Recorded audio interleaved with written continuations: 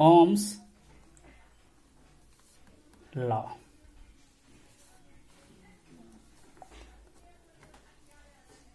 German भौतिकविद एवं तकनीकी विश्वविद्यालय के प्रोफेसर जॉर्ज साइमन ओम ने सन 1827 में यह नियम जो है प्रतिपादित किया था। उन्होंने कहा था कि समान भौतिक अवस्था में किसी चालक के अंदर प्रवाहित धारा उसके विभव के सीधा समानुपाती होता है। इसका डायग्राम देखते हैं थोड़ा सा। ये भी लिया है, इसमें रेसिस्टेंसी को जोड़ दिया गया और इससे होके आई धारा प्रवाहित करती है। ये मेरा आर है, ये बी है। तो हम लिखते हैं नाउ पोटेंशियल समानुपाती करंट भी समानुपाती आई का। तो भी इसको हटाएंगे, इसके बदले में क्या देंगे, equal to R I, constant दे दिए। तो भी बराबर क्या हो गया, आई आर। देखिए वेयर आर कांस्टेंट है, जिसे हम क्या कह सकते हैं, रेसिस्टेंसी भी कहा जाता है इसे, रेसिस्टेंसी, इसे हिंदी में प्रतिरोध कहते हैं। देखिए आर एक युक्ति है का प्रतिरोध कहा जा सकता है, कहा जाता है। इसका एसआई यूनिट ओम, सिंबॉलिक रूप से हम ऐसे लिखते हैं, होता है। ओम का नियम जो है वह करंट पर आधारित एक मूलभूत नियम है जो केवल सरल परिपथ में ही लागू होता है। यह नियम स्थिर ताप पर ही लागू होता है। इस नियम में दाब का मान अपरिवर्तित रहता है, पर यदि प्रतिबल का मान बदलता हो तो यह नियम लागू नहीं होता है। जब किसी तार में विकृति उत्पन्न होता है तब भी यह नियम लागू नहीं किया जा सकता है। यह सारे जो है इसके कंडीशन है जो ओम के नियम को प्रतिपादित करता है। हम पहले देखते हैं कि वास्तव में जो ओम का नियम कोई नियम नहीं है, बल्कि यह ऐसी वस्तुओं के प्रतिरोध को परिभाषित करता है जिनको अब ओमीय प्रतिरोध भी कहते हैं। दूसरे शब्दों में हम यह भी कह सकते हैं कि वस्तुओं के उस गुण को रेखांकित करता है जिनका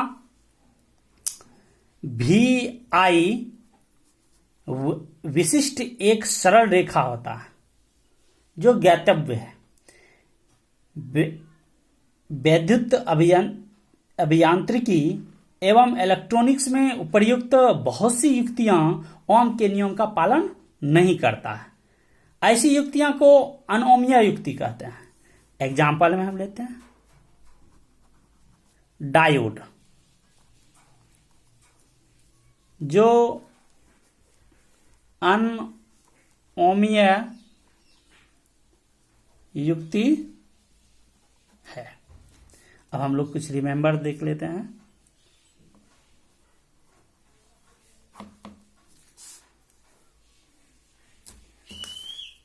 पहला है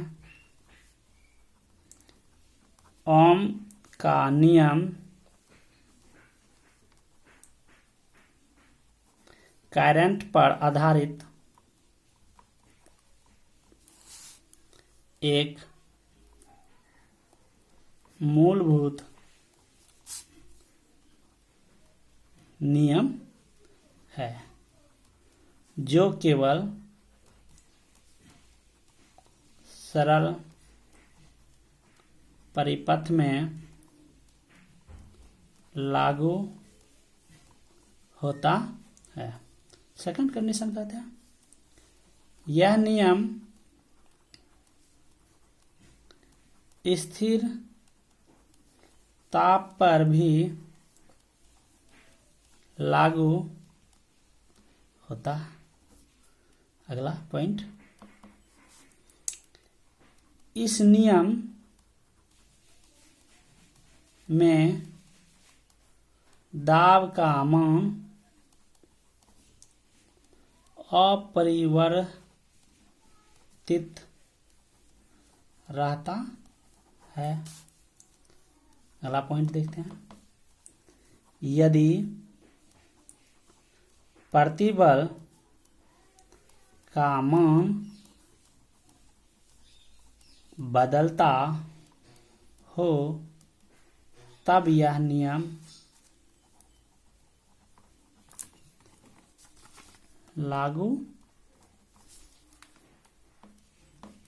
नहीं किया जा सकता है। अगला पॉइंट देखते हैं, जब किसी तार में विकृति उत्पन्न होता है तब भी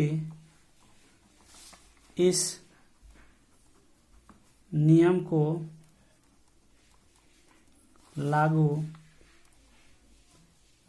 नहीं किया जा सकता है। हम लोग थोड़ा सा वेरिफिकेशन देखते हैं।